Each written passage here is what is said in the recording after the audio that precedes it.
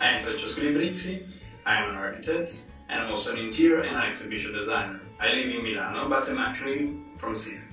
I'm Stefano Mirti, I'm an architect because of my studies. I spend my life designing all kinds of different things and teaching. I live in Milan, as Francesco does, but originally I come from Torino. What kind of work do I do in my daily life? As I said before, I design and I teach. When I design, I mostly organize people. So basically there is someone asking me for some job to be done or give me a brief. And my duty is to set up groups, teams of people doing all kinds of different things. Sometimes they are architecture, sometimes they are more immaterial things that are related to the web, to the digital, and this is how I spend most of my life. And then, of course, I teach a lot, both in traditional ways, as well as new forms of teaching, such as this one you're here now. Actually, I mainly work on interior design, renovations, and on exhibition design. This is also the kind of work that I share with my students during my lessons. We've done various things together. There was the small but very nice and precious exhibition that we did for Schloss Solitude in Stuttgart. We did the Design Royale. Francesco made a fantastic hotel balloon with the cook and cooking pizza for everyone. Actually, I would say that many special occasions that we like to share together, the project was just a way to spend time together in a very projectual way, if you can say it. Yes. Just say, trying to find a goal to pursue together and sharing the moment in which you go to this way. I remember this Design Royale, which was a typical experience of this way of sharing a part of life with people you like, making a project. Actually, we had to invent an exhibition to share a space in a very special moment for the Salone del Mobile with, at the end, with 3,000 or 4,000 people. Yes. And I remember that everything started like Stefano asking me, Francesco, what do you think about designing the kitchen of the future and making also a model of it for Salone del Mobile? And I answered, that was cool. Do we have a sponsor? Who's going to pay for it? And he answered, no one, you're going to do it by yourself. So my kitchen was actually a basic campfire, but we had a lot of great ideas coming from this very simple idea. And that's the way we mainly collaborate in 10 or 12 other things. I think that one of the main features of our collaboration is that there are always projects that we do for fun, where money is never involved. So, how did we arrive to architecture between the sea and the sky? We've been working together in Nava some years ago, and I was always impressed and fascinated by Francesco's classes, where his students would do great things for real, in the countryside, in the woods, and there were all these shared references at Aristotle's metaphors, or John Heinrich installations, and this and that. So when we thought to have this summer camp, it was quite natural, well, since it was in Sicily, since it will be in Sicily, it was quite natural to ask Francesco if he wanted to do something together. And then Francesco said, yeah, but what should we work on? And then, whenever we do things together, it's always difficult to remember who had the idea. So we went out for dinner, we started to talk, all this idea, Syracuse, the Greek mythology, there is the sea, there is the sky. So I said, why don't we transform the land, the paesaggio, designing real things between the sea and the sky. There is always a kind of standard process I could trace in the way me and Stefano get to the idea. Usually it starts with a phone call from Stefano or from me, and we meet for dinner. And at the dinner, after eating and drinking, not little, but not much, not going to say a lot, ideas start to come. And usually we get out of the dinner quite satisfied by the idea we had during the dinner, but the best is yet to come. So usually I go back by car, and while I'm in the car, still very inspired by the talk with Stefano, I immediately call Stefano with the newest idea coming from the last we had at the dinner. Stefano, you remember the last thing we told? Yes, but I have a new fantastic idea. It's like this, what do you think about this? Usually Stefano takes a few seconds and say, yes, let me think about this. And the real third step is a SMS I receive on my phone 5 or 10 minutes after the phone call with the final setup of the idea. How is it going to work, this workshop? There are two parts. One is online and the second one is in Syracuse. The first part lasts for 3 weeks and basically people work at home, so we communicate in a remote way. There are 3 weeks, there are 3 teams. The first week is about the sky. The second week is about the sea, and the third week we call Chimera, or the idea to overlapping or putting together the sea and the sky.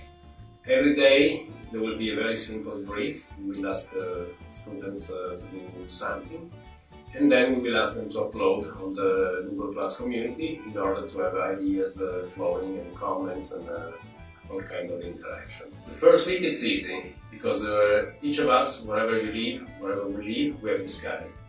The second week is more difficult, because only a few of us live in a place where is the sea. This is interesting because we will have to learn on how to work with metaphors, how to transform, how to make something that is not the sea, pretending or working as the sea. And then the third week we have to put the two things together. So the digital part, the first 3 weeks, will be on the one side conceptual, on one side practical, and we will ask to make practical things. And this will be, let's say, the training, the warming up for the week in Syracuse. Somehow we're trying to work on very obvious concept. It's very easy to think of the sky as the sky and the sea as the sea. Everybody has seen the sky and the sea, but basically are two very undetermined portions of space. One of the main first early action of a designer is out of an unlimited portion of space, defining a portion of intervention, which is actually the new borders, I would say a smaller horizon, which are the borders of the project itself. So the sea is, in our imagination, unlimited, and much unlimited is, by the way, the sky. So having 1 week to understand how big is the sky, how high is the dome above your head, how deep, how far is the sea, always implies design elements such as presence of objects in the sky and in the sea, or the perception of the limit of the extension of these, I would say, space categories. And the most complex, even it seems the most simple, is the chimera. Actually, the chimera is a non-wrong exercise, I would define. Somehow, designers always have the attitude of creating coherent system. Everything has to match together in terms of logic and in terms of stylistic design. Style always tries to complicate things because it's like the measure of coherence of a project. Designing a chimera is introducing a category of paradoxes inside the project, where two things, like in a mermaid, half a female, half a fish, is wrong, but can be right if you have a story around it. So chimeras or matching very different categories into the same project implies the designer create a complex category that contains the two. In this extent, this workshop is about storytelling. This we already see in Design 101. A designer is a storyteller, tells a story. If you are a writer, you will tell your stories writing a novel, writing a book. If you are a movie maker, the way you tell stories is with film. If you are a musician, you play music or you compose music. A designer, an architect, is a storyteller. Basically, it's there to tell a story, to tell a story. Simply, the material he uses are material. They are wood, they are concrete, it's space, there is a measurement.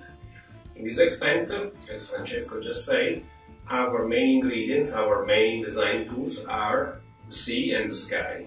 And then we will use a number of other elements to get the two main characters, sky and sea, in tension. How do you measure the sky? How do you close the sea? How do you define left, right, above, below? All of this is architecture. Who can do this summer camp? I think everyone. We will work hard on, as Francesco said, on architect's tools. So it's really about the essential or the fundamental elements of the building of a space of architecture.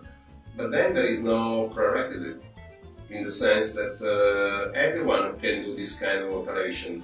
Everyone can be taught and can be led to observe the sky, to think about the sea. Like imagine we will work a lot on the shadows, we will work a lot on the light, we will work a lot on the difference between nighttime and daytime, even between portion of the day. The light, hence the shadows, hence the space in the morning is very different in the afternoon. So I think that the only condition is to be willing to work. So for 3 weeks every day we will give you a very simple brief. Then there will be the interaction with Sophie. Once per week we have a hangout where me and Francesco will be there to comment, interact, answer, ask, all kinds of different things. But I would say that the prerequisites are really about our relational. Like, are you willing to get in touch with other people working on this? Are you sociable, and so on? There is a nice friend we have in New York, which is actually a humanist. She's young, she's the director of a very famous museum in the city. And when she's been asked to have this very important function, she was very scared. She didn't know what to do, what art to show in her museum, how to get the funds to run the museum. But there is a sentence she always say that really is all you need. And she says, if it is possible to learn, I will learn it. So this is the only prerequisite. There is one very important attitude, to be sociable. Like the point to have these 3 weeks working on the digital platform is because we believe that most of things we all of us will learn is horizontal, is from the other people around. So if you are very self-focused, or if you want to excel, be excellent in your own field, maybe this is not the workshop. This is more about collaboration. I think is the basic things to be known were said.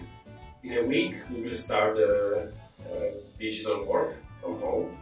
This will last for 2 weeks. Everyone is invited to participate. If there are questions or doubts or any comment, you can write to us. And myself, I guess Francesco, I'm very excited to get to work on this. Wait for you in Siracusa. Ciao. Ciao.